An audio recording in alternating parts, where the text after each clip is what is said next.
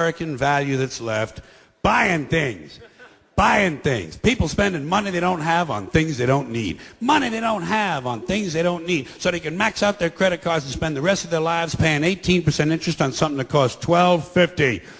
And they didn't like it when they got it home anyway. Not too bright, folks. Not too fucking bright. But if you talk to one of them about this, if you isolate one of them, you sit them down rationally, you talk to them about the low IQs and the dumb behavior and the bad decisions, right away they start talking about education. That's the big answer to everything. Education. They say we need more money for education. We need more books, more teachers, more classrooms, more schools. We need more testing for the kids. You say to them, well, you know, we've tried all of that, and the kids still can't pass the test. Like this shitbag right here.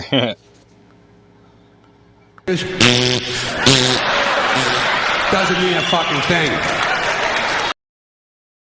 So yeah, the whole thing I'm trying to get at, and I'm glad, thank you guys all for answering, because those are all, I wanted to hear something different from everybody, and that's great. That's awesome. That's the way, like, everybody should view all those questions differently. You know what I mean? But there's one principle that it remains the same. You will become a victim, just like when you get shot in the back of the head and you die. I take away the option for you to live, right? If I take away your option to not be, like, if you say, hey, stop fucking yelling at me, right? And you start walking away and I follow you and keep yelling at you, I've taken away your option to, or against your wishes, I've taken away your option to, on your own, not be harassed. You know what I mean? And then that becomes harassing. That's when you become the victim. When I give you no other options, right? You said no, you tried to walk away, I'm not letting you do either. That's when you become the victim. Like they said in Brown, that it's a mixture of behavior and words. So when your words don't work, when you tell me not to, and I continue to do it, my behavior continues the same thing that my words were doing, or a combination of both, and I take away your option to get away from that, that's when you become the victim.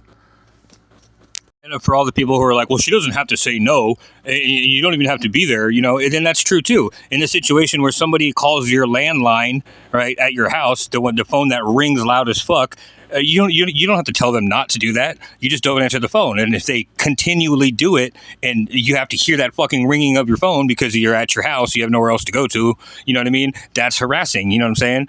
Like, you don't expressly have to be told not to, but again, it's conduct that you can't get away from. I can't get away from that ring because I'm already at my house, you know what I mean? And you keep doing it, that's harassing. On the flip side of that, if you're at work and your phone, the phone that people call, sends you an email or turns your phone call into an email, then puts it into a little account that you can check later, that's not harassing. You check it at your own free will, and it does that. Like, that's a feature of Zoom or whatever. You know what I mean? It's not going to bother her throughout her workday. And honestly, I honestly think this is true. If Shannon would have went up to Lane and said, hey, bro, look, I don't know about my husband. His job is his job, but I'm separate. I don't like to be on YouTube. I don't like the way I look. I think I'm ugly. I don't like the public knowing what I'm doing. I just don't really want the exposure like that, man. Like, I can't help you, conflict of interest or whatever. My husband does what he does. Just please try to keep me off of YouTube. Just like that, dude. If she would have said that to him, I guarantee you he would have went out of his way to keep her off and as much as he could. You know what I mean? As much as possible. I guarantee it.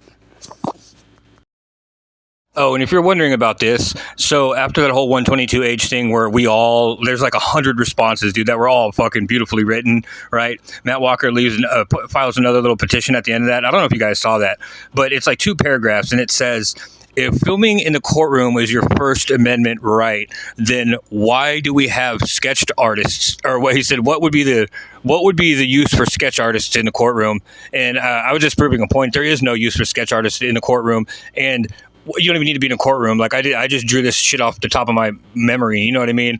And my camera caught me drawing the black dick in his mouth when there was no black dick in his mouth and there was really no court at all. So I'm just trying to prove a point that the sketch artists in the courtroom are useless. You know what I mean? Because they can draw whatever the fuck they want. So you see, Matt, why courtrooms need cameras, right?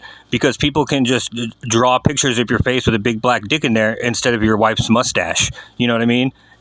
Right? My camera caught me doing this, right? So people are going to know that it didn't happen, right? But your wife's mustache all over your face is still going to happen.